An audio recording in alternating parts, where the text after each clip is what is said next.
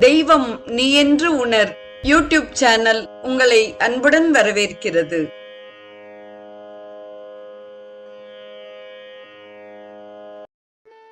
அன்பு உள்ளங்கள் அனைவருக்கும் இனிய சுபதின வணக்கம். ஒருவனே போற்றி, ஒப்புயில் அப்பனே போற்றி, வானோர் குருவனே போற்றி, எங்கள் கோமளம் கொழுந்து போற்றி, வருக என்று என்னை நின்பால் வாங்கிட வேண்டும் போற்றி, தருக நின் பாதம் போற்றி, தமியனேன் தனிமை தீர்த்தே.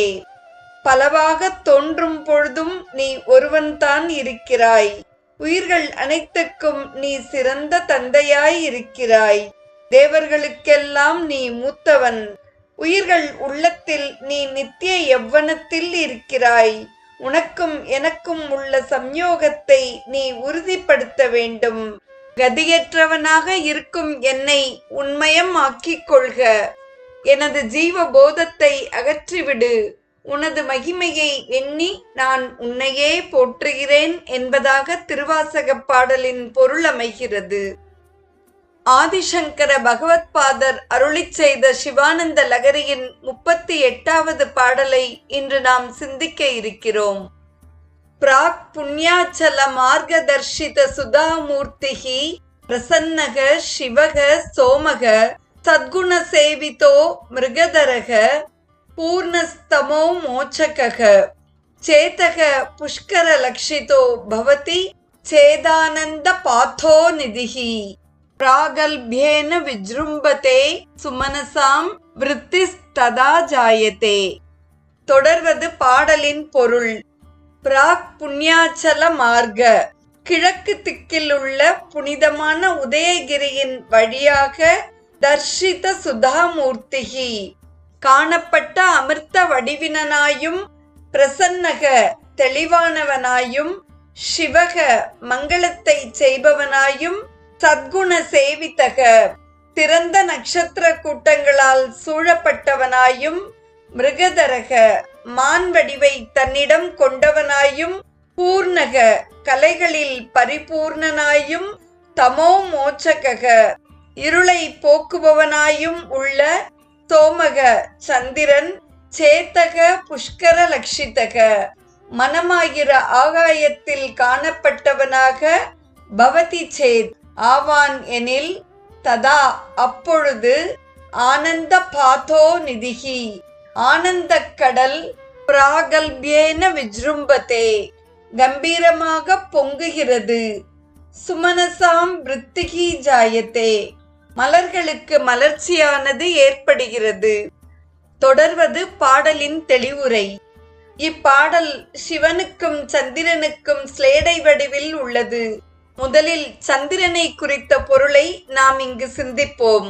கிழக்கு திசையில் புனிதமான மலைகள் நடுவே உள்ள பாதையில் அமிர்தமே வடிவாக உள்ளவர் சந்திரன். மங்கள வடிவம், நமக்கு மிகவும் சந்தோஷத்தை கொடுக்கக்கூடிய வடிவம்.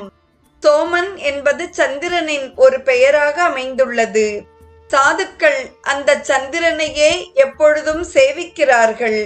நமது காஞ்சி மகா பெரியவரும் கூட எப்பொழுதும் சந்திர வெளிச்சத்திலேயே போய் உட்கார்ந்து கொண்டு லலிதா சகஸ்ரநாம பாராயணம் செய்வார்கள். சந்திரனை பார்க்கும் பொழுது நமக்கு ஒரு அடையாளம் தெரியும். அது மான் போன்று தோற்றமளிக்கும். அதனால் சந்திரனுக்கு மிருகதரக என்ற பெயர் வந்தது. சந்திரன் வந்தால் இருள் அகன்றுவிடும். இப்பேற்பட்ட சந்திரன் காணப்பட்டால் ஆனந்தம் என்கிற கடல் பொங்கும். சாதுக்களுக்கு மட்டுமல்லாமல் நம் அனைவருக்கும் சந்திரனை பார்த்தால் ஆனந்தம் என்கிற கடல் பொங்கிக் கொண்டே இருக்கும். அது மட்டுமா, சந்திர ஒளியில் பூக்கள் மூலிகைகள் எல்லாம் நன்றாக வளர்கிறது. இதே பாடலை பரமேஸ்வரனுக்கு ஒப்பு நோக்கும் பொழுது, எத்தனையோ பிறவிகளில் செய்த மலை போன்ற புண்ணியத்தின் காரணமாக காணப்படுகின்ற அமுத வடிவானவர் பரமேஸ்வரன். எப்பொழுதும் பிரசன்னமாக இருப்பார்.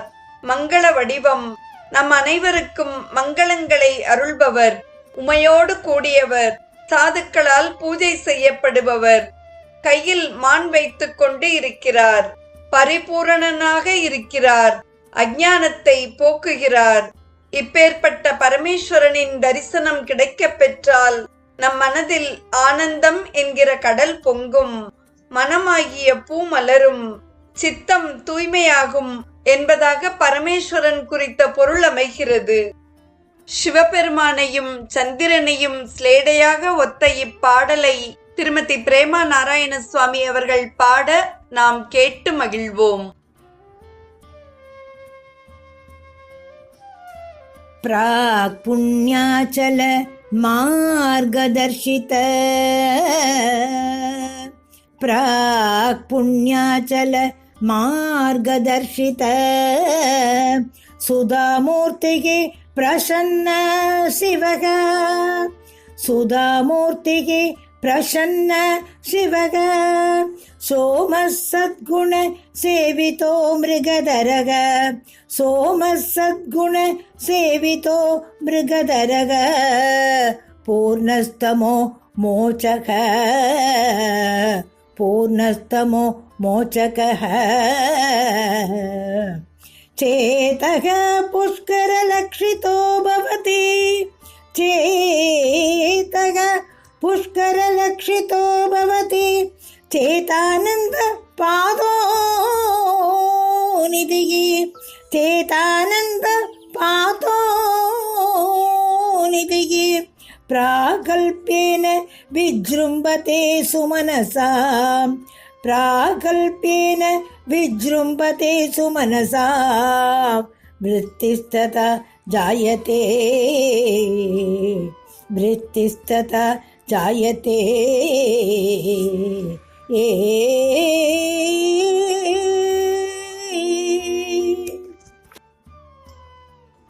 சிவானந்த லகரியை தொடர்ந்து 63 நாயன்மார்கள் வரிசையில் இன்று நாம் தரிசிக்க இருப்பவர் திருநீலகண்ட யாழ்ப்பாண நாயனார். திருநீலகண்ட யாழ்ப்பாணர் யாழ் வாசிப்பதில் வல்லவர். அவரது மனைவி மதங்க சூளாமணியார் இசையில் வல்லவர். இருவரும் சேர்ந்து இசையால் சிவத்தொண்டு புரிந்து வந்தனர். மதுரையில் கோவிலுக்குள் செல்ல முடியாதிருந்த அவர்களை சிவபெருமான் கட்டளைப்படி அந்தணர்கள் மிக்க மரியாதையுடன் அழைத்து வந்தனர். பொற்பலகையை கொண்டு வந்து இட்டனர். பாணரும் சிவபெருமான் அருளை வியந்து போற்றி அதன் மீது அமர்ந்து யாழ் இசைத்தார். ஞானசம்பந்தருடன் திருத்தலங்கள் சென்று யாழ் இசைத்து வந்தார். பிறப்பால் ஹரிஜனராயினும் சிறந்த சிவனடியாராகையால் அந்தனராகிய திருநீலநக்க நாயனார் இல்லத்தில் யாகவேதியின் அருகிலேயே தங்கும் பேறு பெற்றார். திருஞான சம்பந்தரின் திருமணத்தில் தோன்றிய ஜோதியில் திருநீலகண்ட யாழ்ப்பாணர் அவரது மனைவியோடும் பிற அடியவர்களோடும் ஒன்று கலந்தனர். நாமும் நம் இறைவனான சிவபெருமானை குறித்து பாடியும் ஆடியும் மகிழ்வோம், சிவானந்தம் பெறுவோம். சிவானந்த லகரியின் 38வது பாடலை இயலாகவும் இசையாகவும் அனுபவித்து 63 நாயன்மார்கள் வரிசையில் திரு நீலகண்ட யாழ்ப்பாண நாயனார் குறித்த செய்தியையும் செவிமடுத்த அத்துணை நல்ல உள்ளங்களுக்கும் நெஞ்சார்ந்த நன்றி. மீண்டும் நாளை நிகழ்வில் நீ என்று உணர் யூடியூப் சேனலை கேட்டு மகிழ்ந்த நீங்கள் உங்கள் நட்பு வட்டத்திற்கும் பகிர்ந்து தொடர்ந்து உங்களது நல்ல ஆதரவினை சப்ஸ்கிரைப் செய்து வழங்குமாறு அன்புடன் வேண்டுவது உங்கள் அன்பின் விசாலம்.